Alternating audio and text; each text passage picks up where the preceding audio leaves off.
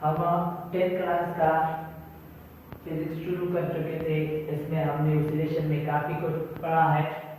आज का हमारा टॉपिक है डैम्पिंग ऑसिलेशन। तो चलो शुरू करते हैं कि डैम्पिंग ऑसिलेशन क्या होती है और इसका ऑसिलेशन से ताल्लुक क्या है। तो पहले हम इसकी डिफिनीशन कर लेते हैं। Such type of oscillation वो oscillation in which amplitude of a body कि जिसमें बॉडी की जो एम्पलीट्यूड है वो डिक्रीज कम हो रही है वक्त के साथ साथ, इसको हम डैम्पिंग ऑसिलेशन कहते हैं। फॉर एग्जांपल मिसाल के तौर पर a boy swing on pendulum। एक बच्चा है इसी तरह से यहाँ पर ये झूले पर झूल रहा है। तो इनिशियली जब हमने इस पर फोर्स अप्लाई किया इसको झूलने के लिए, तो उन्होंने इनिशियली ये वाली एम्पलीट्यूड कवर की, कि पीली बॉडी यहाँ तक आई, यहाँ से होकर यहाँ तक चली आई। अब हमने अप्लाइड फोर्स ए जो है वो रिमूव कर दिया, खत्म कर दिया, यानी कि इक्वल टू 0। बच्चे ने धक्का दिया, फिर वो बच्चा हट गया। तो क्या हुआ कि कुछ वक्त के बाद जब हम इसको ऑब्जर्व कर रहे थे कि सेकेंड वाइब्रेशन में ये बॉडी यहाँ तक चली आई और यहाँ से यहाँ तक चली आई, यानी कि इनिशियल जो एम्पलीट्यूड थी इसकी इस पॉइंट से लेकर इस पॉइंट तक थी, ए से लेकर ए डैश तक थी। अब सेकंड एम्पलीट्यूड जो है वो मान लो कि बी से लेकर बी डैश तक है। इस तरफ से इतनी मिकदार में ये एम्पलीट्यूड डिक्रीज हुई और यहाँ से इस मिकदार में ये वाली एम्पलीट्यूड क्या हुई, डिक्रीज हुई। तो अब धीरे धीरे अगर हम इसको जानते रहे तो इसकी एम्पलीट्यूड डिक्रीज हो रही होगी विद पैसेज ऑफ टाइम। तो सेकेंड वाइब्रेशन में बॉडी ने इन दो पॉइंट के दरमियान अपनी एम्पलीट्यूड को कवर किया, यानी कि ये हुई सी और ये हुई सी डैश। अब धीरे धीरे इसकी एम्पलीट्यूड डिक्रीज हो रही है और आखिर में ये अपनी मीन पोजीशन पर यहाँ आकर रुक जाएगी। तो देखिए हमने क्या डेफिनेशन की, सच टाइप ऑफ ऑसिलेशन, ये ऑसिलेशन तो है और इसकी जो एम्पलीट्यूड है ये धीरे धीरे कम हो रही है, होके यहाँ मीन पोजीशन पर रुक गई। जब मीन पोजीशन पर रुक गई तो इस टाइप का ऑसिलेशन को हम डैम्पिंग ऑसिलेशन कहते हैं। Damping oscillation. या फॉर एग्जांपल दूसरे को हम देखें, ये मेज है, मेज पर एक मास स्प्रिंग सिस्टम है। पहले यहाँ पर हमने एक फोर्स F अप्लाई किया तो ये बॉडी स्प्रिंग बॉडी यहाँ तक चली आई और ये वाली डिस्प्लेसमेंट कवर की। फिर यहाँ से होकर स्प्रिंग कंप्रेस होकर यहाँ तक चली आएगी, ये वाली डिस्प्लेसमेंट कवर करेगी। अब ये अपनी जो वाइब्रेशन जो है ये कंटिन्यूड नहीं रहेगी, बल्कि at final it will stop on mean position. तो ये मीन पोजीशन पर क्या होगा, आकर रुक जाएगी यहाँ, ये इसकी मीन पोजीशन। अब ये बॉडी यहाँ पर रुक गई। अब अगर इस मोशन की स्टडी हम करें, ऑब्जर्वेशन करें, तो धीरे धीरे आहिस्ता आहिस्ता उन्होंने अपने एम्पलीट्यूड को कम करके अपनी मीन पोजीशन पर ये बॉडी फिर रुक गई।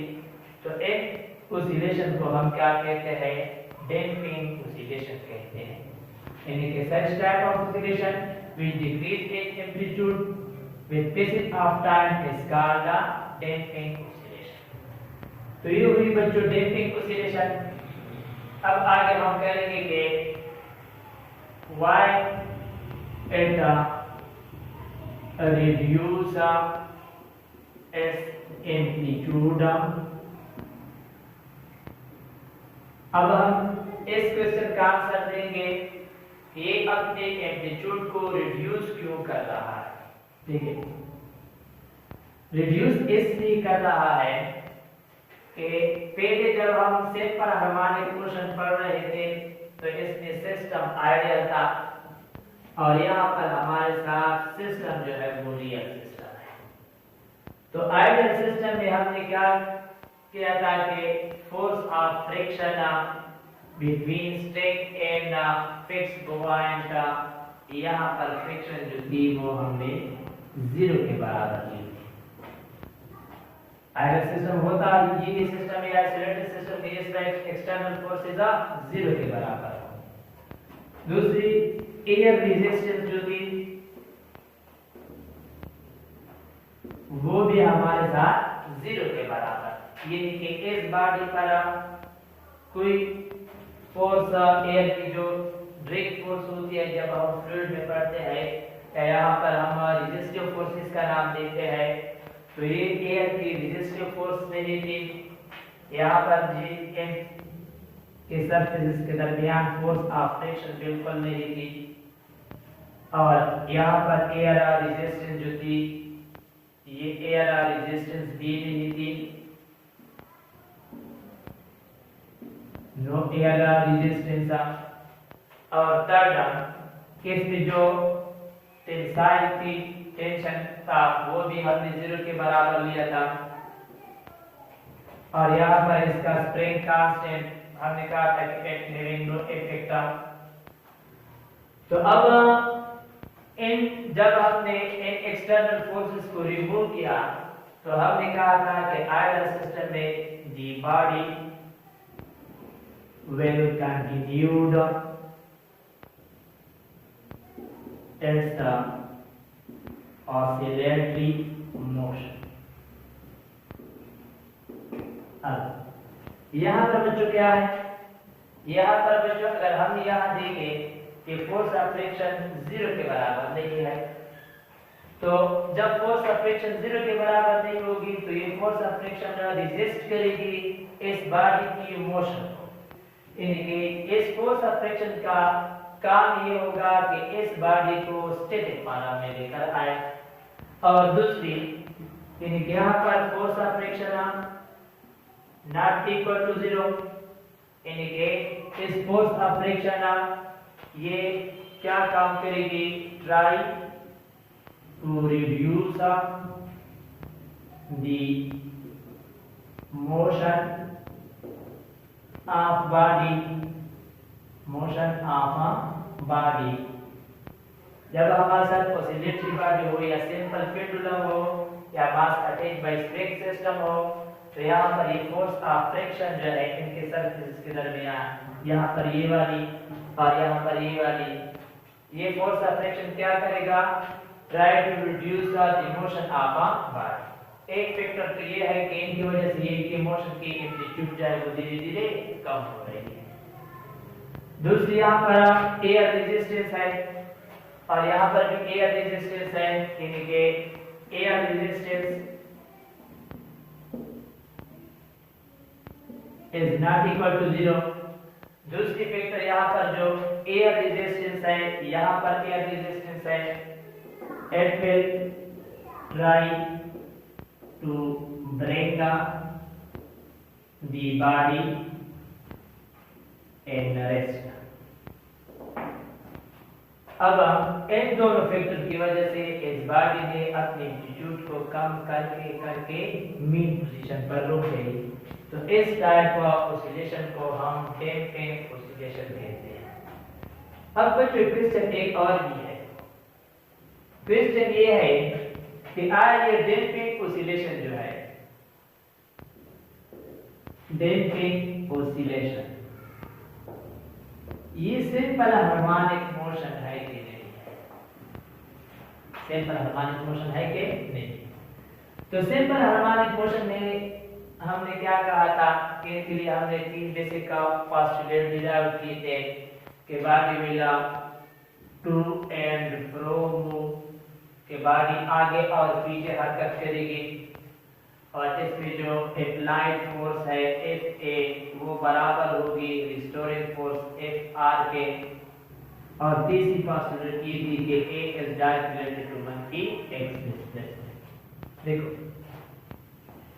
अगर हम मीन पोजीशन ये जिसको हमने उस इंडिकेट किया रेफरेंस पॉइंट ले लें तो जब तक ये रुक न जाए ये इस पोजीशन पर टू एंड फ्रो वाइब्रेट करेगी और इसमें रिस्टोरिंग फोर्स होगी और ये a is directly related to x.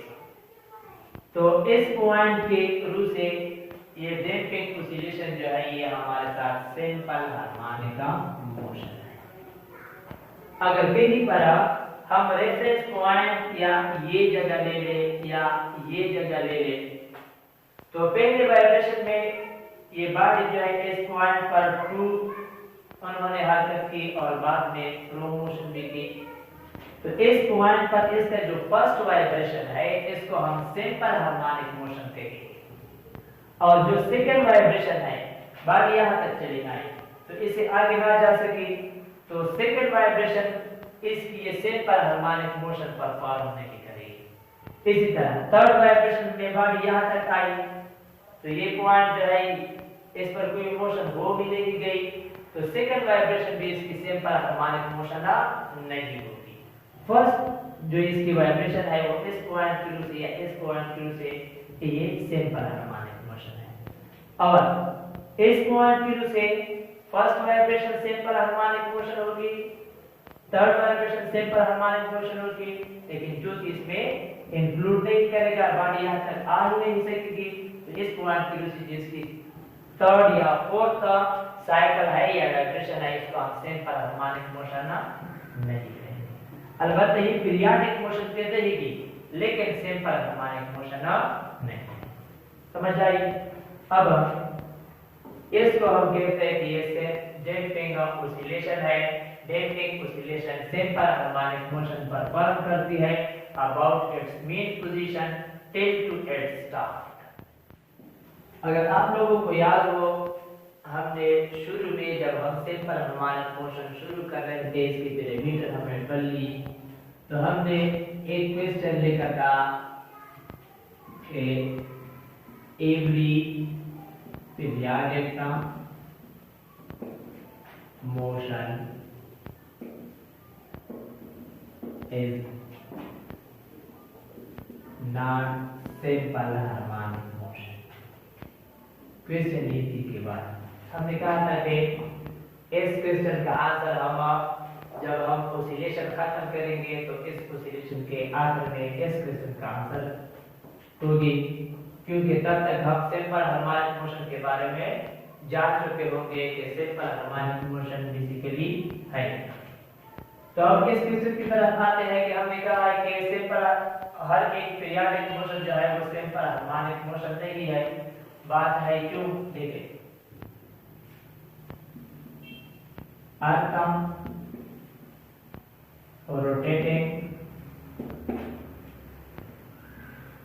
around sun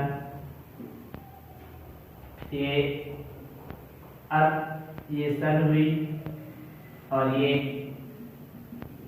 अर्थ इस ऑर्बिट में इस पर रोटेट हो रही है। तो इसकी जो मोशन है ये हमारे साथ पीरियोडिक मोशन है। हम देखेंगे कि इसकी मोशन फिर सिंपल हार्मोनिक मोशन है कि नहीं। या दूसरा example arm of a clock ये हमारे साथ पीरियोडिक मोशन है। देख लो ये मान के टू आर्म रहे क्लॉक के अगर इनकी एग्जांपल ले ले या इनकी एग्जांपल ले ले तो ये मिनट की हेल्थ हुई।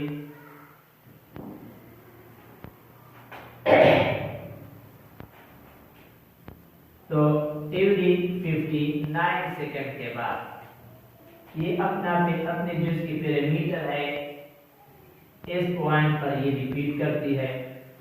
इसकी एक्सेलरेशन, इसकी टेंजेंशियल वेलोसिटी, इसके डायमेंशन, जिससे हम इसकी पोजीशन फाइंड आउट कर सकते हैं। और ये अर्थ भी इसी पॉइंट पर 364 डेज के बाद अपने जो पैरामीटर है tangential velocity v, centrifugal acceleration ec, इसकी पोजीशन, के जो डायमेंशन है 364 डेज के बाद ये रिपीट कर रही है। ये पीरियोडिक मोशन हुई दोनों। अब मोशन ऑफ पेंडुलम जो हम पढ़ चुके हैं आइडियल सिस्टम में, ये इसी तरह वाइब्रेट हो रही है, या ये पॉइंट ले ले या ये पॉइंट ले या फिर मेन पोजीशन लेते हैं, तो ये मेन पोजीशन पर अपने पैरामीटर वाइब्रेट कर लेते हैं कि इसकी काइनेटिक एनर्जी मैक्सिमम होगी, और वो इसी तरफ से आ रहा हो या इसी तरफ से आ रहा हो, इसकी पोटेंशियल एनर्जी मिनिमम या 0 के बराबर होगी। यहाँ पर इसकी काइनेटिक एनर्जी या पोजीशन वगैरह, एक्सेलरेशन और स्टोरिक फोर्स, ये जितने भी इसके पैरामीटर है ये इस मेन पोजीशन पर रिपीट हो रहे हैं। तो ये भी हमारे साथ पीरियोडिक मोशन। लेकिन अब बात ये है कि हम दावा करते हैं कि it is not simple harmonic motion, और ये भी है कि it is not a simple harmonic motion. ये दोनों सिंपल हार्मोनिक मोशन नहीं है, बल्कि ये वाला सिंपल हार्मोनिक मोशन। ठीक, सिंपल हार्मोनिक मोशन में हमने ये कहा था कि बॉडी अपने पैरामीटर को रिपीट करेगी बैक एंड फोर्थ डायरेक्शन में। ये इसकी फोर्थ डायरेक्शन हुई, जब फिर वापस आएगी तो ये इसकी बैक होगी, इनके बैक का डायरेक्शन में और फोर्थ डायरेक्शन में अपने पैरामीटर को रिपीट कर रही है। तो ये जो पीरियोडिक तो पहले से थी, अब ये सिंपल हार्मोनिक मोशन हुई। ये देखिए, जब सन अर्थ इस जगह से गुजर जाए तो फिर वो वापस इस पॉइंट पर नहीं आती कि इस पॉइंट से गुजर जाए, यानी कि ये फोर्थ डायरेक्शन में तो अपने पैरामीटर को रिपीट कर रहा है आफ्टर 364 डेज के बाद, लेकिन ये कभी भी बैक डायरेक्शन में नहीं है। तो सिंपल हार्मोनिक मोशन का जो टू एंड फ्रो पास्टुलेट है, to and fro postulate motion वाली ये कोड यहाँ पर नहीं। अब क्वेश्चन एक तो यहाँ पर एक और है कि ये रिपीट कर रहा है अपने पैरामीटर को 364 डेज के बाद। वो ठीक है कि 364 डेज के बाद ये अपने पैरामीटर्स को रिपीट कर रहे हैं, लेकिन ओसिलेटरी मोशन तो नहीं है। ये सिंपल हार्मोनिक मोशन में हमने कहा था कि the motion will be oscillatory. ये मोशन है, ये सर्कुलर मोशन है। अगर इस बॉडी की प्रोजेक्शन को हम देखें, अर्थ की प्रोजेक्शन को, तो अर्थ की जो प्रोजेक्शन है वो अलोंग इस डायमेंशन होती रहेगी। वो 11th ग्रेड में है, तो इसकी प्रोजेक्शन जो है, प्रोजेक्शन इसकी मोशन जो है ये सिंपल हार्मोनिक मोशन है, लेकिन इस अर्थ की जो रोटेटरी मोशन है वो सिंपल हार्मोनिक मोशन इसलिए नहीं है कि एक इसकी तो ना टू एंड फ्रो मोशन है, ये नहीं कि ओसिलेटरी मोशन नहीं है, और दूसरी ये अपने पैरामीटर किसी स्पेसिफिक पॉइंट पर फोर्थ डायरेक्शन में तो रिपीट कर रहा है, लेकिन बैक डायरेक्शन में ये रिपीट नहीं कर रहा। तो इस वजह से इसको हम पीरियोडिक मोशन कहते हैं, सिंपल हार्मोनिक मोशन नहीं है। इस वजह से हम कहते हैं कि every periodic motion is not simple harmonic motion, कि हर एक पीरियोडिक मोशन जो है वो सिंपल हार्मोनिक मोशन